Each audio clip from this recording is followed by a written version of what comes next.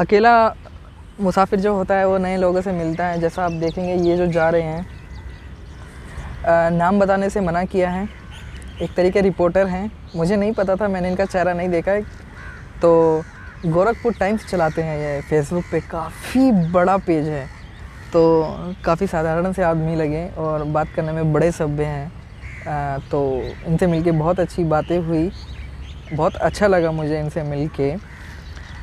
अभी जो है ये बस थोड़ा अपने पेज के लिए, लोगों के लिए, लाखों लोग जुड़े हैं इनसे, लाखों लोग। तो बड़ा अच्छा लगा ना। वो मुझे जानते थे, मैं उन्हें जानता था, लेकिन हम लोगों ने बात करी। उन्होंने अपने काम के बारे में बताया, कैसे कैसे लोग उनके साथ जुड़े हैं और काफ़ी उनका नाम है। तो मुझे खुशी हुई, मैं ऐसे सफ़र पे निकला हूँ जहाँ पे मुझे ऐसे लोगों से मुलाकात हो जाती है। मुझे ऐसा लग रहा है कि ना मुझे सिर्फ एक अच्छा फ़ोन लेने की ज़रूरत है जिसका लो लाइट में परफॉर्मेंस बहुत अच्छा हो, क्योंकि जब मैं DSLR से शूट करता हूँ तो पॉसिबल नहीं हो पाता कि मैं DSLR से शूट करूँ। कभी कभी बहुत कंजेस्टेड सा एरिया हो जाता है जब आप बस में चढ़ते हैं लोकल में, तो DSLR टूट जाने, मतलब जो गोरिल्ला पोर्ट से लगा है वो टूट जाने की संभावना होती है। तो लेकिन जो फ़ोन है वो हाथ में आ जाता है, इसके साथ छोटा माउंट जो होता है सब कुछ छोटा होता है, तो बहुत अच्छा लगता है। कहीं पे भी कॉम्पैक्टेबल होता है, जैसे मर्जी निकालिए, जैसे मर्जी लगाइए। लेकिन DSLR बहुत बड़ा सेटअप हो जाता है, तो मेरे को डर भी लगता है कभी कभार, क्योंकि मैं शॉर्ट फिल्म शूट करता हूँ। ब्लॉगिंग तो बस यूँ ही है, आप जानते हैं इस बारे में। तो मैं कोशिश करूँगा एक अच्छा फ़ोन जिसकी लाइट्स जो है, जो ब्राइटनेस है, जो कॉन्ट्रास्ट है, वो वीडियोस में काफ़ी अच्छा रहे, जैसे आईफोन। हाँ, कभी कोशिश होगी तो ले लेंगे। एक फ़ोन के साथ बहुत अच्छा व्लॉगिंग हो जाता है। बाकी आवाज़ आती है कि नहीं आती है ये आप कमेंट सेक्शन में बता दीजिएगा कि आवाज़ कैसी आ रही है। जल्दी घूमने की चाहत में मैं इतनी जल्दी यहाँ पहुँच गया था कि म्यूज़ियम के दरवाजे तक नहीं खुले हैं। तो अभी भी करीब आधा घंटा है म्यूज़ियम खुलने में। सोच रहा हूँ अंदर जाना चाहिए कि नहीं जाना चाहिए। मैं सोच रहा हूँ, लेकिन यहाँ आए हैं तो जाना चाहिए, क्योंकि अगला जो स्टॉप होने वाला है मेरा इंडियन कॉफ़ी हाउस, वो 12 बजे खुलता है। तो 2 घंटे में क्या करूँगा, सोचने वाली बात है ना। तो वही सोचा जा रहा है अभी फ़िलहाल बैठ के। मैं DSLR और फ़ोन से तंग आ गया हूँ यार, मतलब दोनों चीज़ों से शूट करने में ना बन नहीं रहा है। फ़ोन सही है, काफ़ी फास्ट काम करता है। DSLR में अगर आपको फ़ोटोज़ और वीडियो लेनी है तो आपको सेटिंग्स बदलनी पड़ती है, समझ सकते हैं आप। कपल्स की संख्या मैं बहुत ज़्यादा देख सकता हूँ यहाँ पे, बहुत अच्छा लग रहा है। इतनी खूबसूरत जगह पे कपल्स बैठते हैं तो ठीक है। एक दिल्ली है हुमायूं टॉम, मकबरे पे लोग रोमांस कर रहे हैं, तो वो वाइब नहीं मैच होती, लेकिन ठीक है। संगमरमर का बना है भाई साहब, तो यहाँ पे बैठ के अगर आप प्यार की बातें कर रहे हो तो कितनी अच्छी बात है। तो अगर मैं विक्टोरिया मेमोरियल के बारे में जानकारी अगर आपको दूँ तो मैं ये बता दूं कि जिस जगह पे हम बैठे हैं ये करीब 101 साल पुराना हो गया। अब ये जो आर्किटेक्चर देख रहे हैं वो 101 साल पुराना हो गया है। I've seen a lot of change, been through a lot of pain. Some things are not the same as they were a year ago, but all will be okay. I move on each and every day. The past is where it stays, way back a year ago. I've changed for the better this time. I thought I would never be fine. अभी 10 नहीं बजे हैं, लेकिन मुझे नहीं पता था यहाँ पे एक गाना बजता है, तो बंगाली गाना बजना स्टार्ट हो गया है। आप थोड़ा बहुत सुन पा रहे होंगे। मेरे को बस 1-2 गाने याद है बंगाली, वो भी बहुत मुश्किल से, किन्हीं वजहों से मैंने याद किया था। ये गाना किसी की कॉपी लग रहा है, लेकिन मैं समझ नहीं पा रहा हूँ।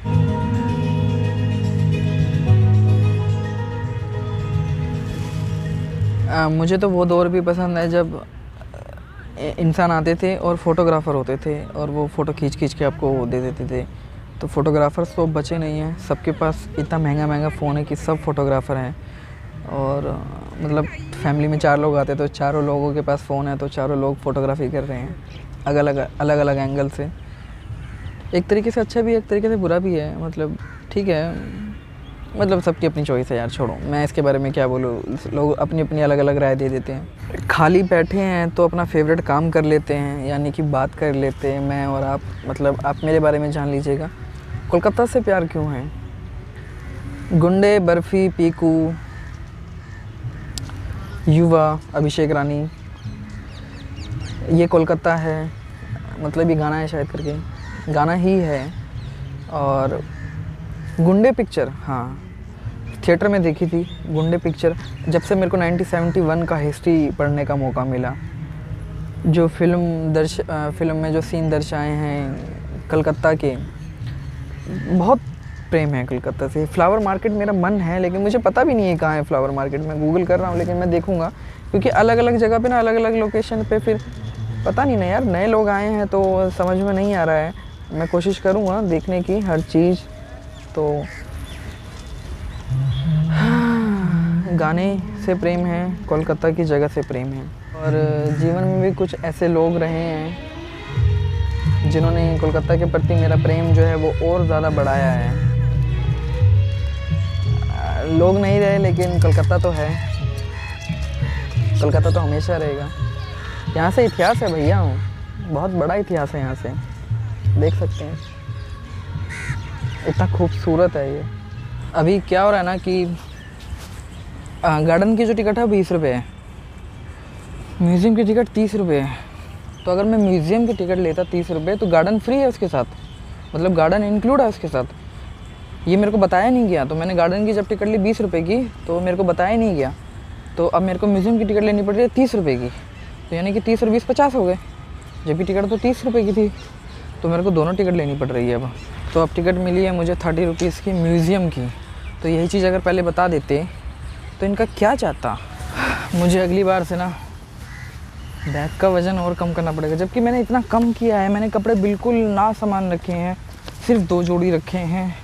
एक जैकेट रखी थी कि अगर सर्दी लगी तो, मतलब कहीं पे भी लग सकती है, जैसा ट्रेन में, तो मैंने रख लिया था अगर लगती तो, लेकिन फ़ायदा मुझे लग नहीं रहा है उसका। और मैं थक बहुत ज़्यादा रहा हूँ इस वजह से। अगर बैग रख के ट्रैवल करना हो, कहीं रख दो और ट्रैवल करो। अगर आपने होटल बुकिंग करी है तो समझ में भी आता। अरे तो आगे से पीछे जाओ, पीछे जाके फिर एंट्री करके एग्ज़िट बाहर से, ओहो सब टेढ़ा मेढ़ा काम है। आगे से होना चाहिए जब सब कुछ है, तो इतना वॉक करो। तो हम लोग अंदर आ गए हैं, काफ़ी खूबसूरत है, और बांग्ला में लिखा है, डोंट नो क्या लिखा है। सुभाष चंद्र जी की फ़ोटो लगी है। बर्लिन में नेताजी,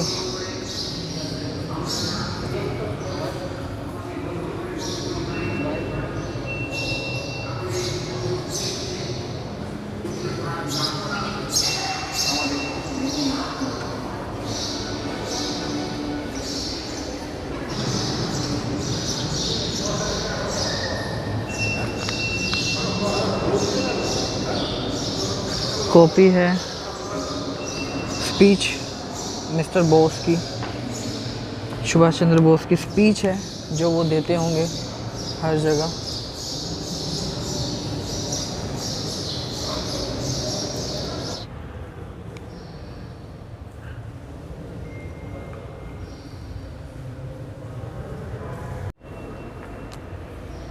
कहने के लिए सबसे बड़ी ऑयल पेंटिंग है जयपुर के नवाब।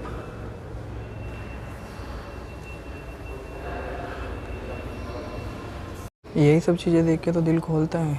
देखिए इसमें ज़िक्र किया गया है इंडियन सर्वेंट के बारे में, और वही चीज़ें देखिए, अंग्रेज़ी लोग आराम से बैठे हैं और इंडियन सर्वेंट है जो काम कर रहे हैं। यहाँ पे बंदूकें बहुत रखी है, लेकिन मेरा जो इंटरेस्ट है वो इसके अंदर है। सिंगापुर में आज़ाद हिंद फ़ौज बहुत बड़ी कामयाबी थी। जर्मनी फिर पता नहीं कहाँ कहाँ ये पहुँचे थे आर्मी बनाने के लिए।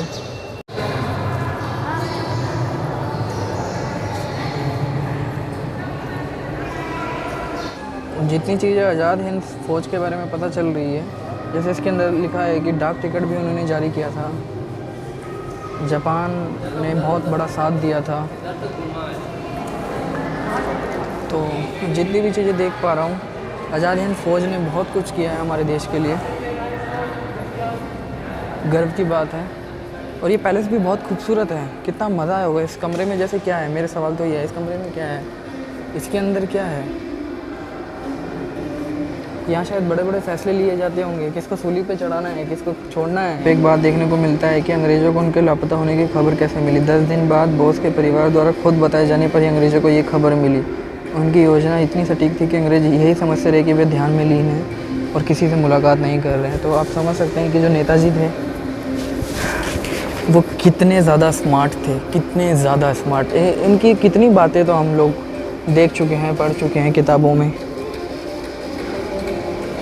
बहुत सी चीज़ें हैं, जैसे यहाँ पे क्या लिखा है अगर हम पढ़ें। आज़ाद हिंद का अखबार भी आया, ठीक है। नेताजी ने अंतर्राष्ट्रीय संबंध कैसे बनाए।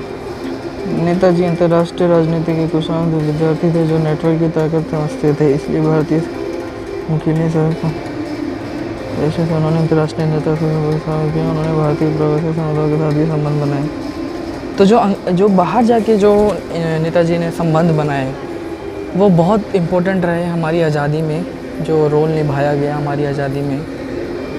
तो अधिकतर जगह मैंने देख ली है विक्टोरिया मेमोरियल में, काफ़ी कुछ पढ़ने को भी मिला है। अच्छा खासा ठीक है, मतलब ठीक है, मतलब ऐसी वो चीज़ें नहीं है, बस लिखावट और तस्वीरों के साथ इन सबको सजोया गया है। तो पढ़ने के लिए बहुत कुछ है यहाँ पे। अधिकतर चीज़ें बांग्ला में लिखी है जो मेरे समझ के परे हैं, मतलब इंग्लिश सबटाइटल भी दिए, सबटाइटल दे रखे हैं, इंग्लिश में लिखा हुआ है जानकारी। मेरा जो बैग है ना, कंधे दर्द कर रहा है यार। अब मैं कहीं पे भी म्यूज़ियम में जाता हूँ तो पिछले टाइम की जो अंग्रेज़ी लिखा करते थे लोग, वो कितनी ज़्यादा ब्यूटीफुल है। आप देख सकते हैं, थोड़ा बहुत मैं नमूना दिखा रहा हूँ। तो जो वर्ड्स हैं वो खूबसूरत तरीके से लिखे गए हैं हर जगह, मतलब हैंड राइटिंग बहुत खूबसूरत है। और मेरी हैंड राइटिंग इतनी बेकार है। एक डायरी देखिए, कितनी छोटी डायरी है। रीच्ड पैमवे एट 5 o'clock, स्पेंड डे। मतलब मेरे को थोड़ी बहुत समझ में नहीं है, मतलब है तो इंग्लिश लेकिन मैं पढ़ नहीं पा रहा हूँ, इस तरीके से लिखा गया है। विक्टोरिया मेमोरियल से मैं निकल चुका हूँ और नो एंट्री है। अब म्यूज़ियम तो ठीक है, मतलब आपने बनाया उनके बाद बनाया, लेकिन इधर जाने में ज़्यादा मज़ा आएगा। ऊपर क्या था, ऊपर रूम्स होंगे ना, कितने आलीशान रूम होंगे। उसके अंदर अभी भी बेड लगे होंगे क्या, झूमर जो दिखाते थे तो लगे होंगे। उनकी जो खिड़कियाँ होती थी, बहुत आलीशान खिड़कियाँ बनाई जाती थी, तो वैसी होगी वो। मेरे कई सवाल हैं, आपके भी रहे होंगे। जहाँ नो एंट्री लिखा होता है ना, सबसे ज़्यादा मन वहीं करता है जाने का। तो मैं बस निकल गया हूँ। कैंटीन वॉशरूम सीधा है, लेकिन मैं नहीं जाने वाला उधर। मैं बस पता नहीं किधर जाने वाला हूँ, कुछ तय ही नहीं है मेरा। तो जैसे यहाँ नो एंट्री लिखा है ऊपर जाने के लिए, तो यहाँ जाना चाहिए यार। मतलब कितना मज़ा आएगा ना इधर। नो एंट्री क्यों है, मतलब थोड़ा बहुत ऐसे छूने ना दें, आप छूने ना दें, लेकिन देखने तो दे कैसा रहा होगा।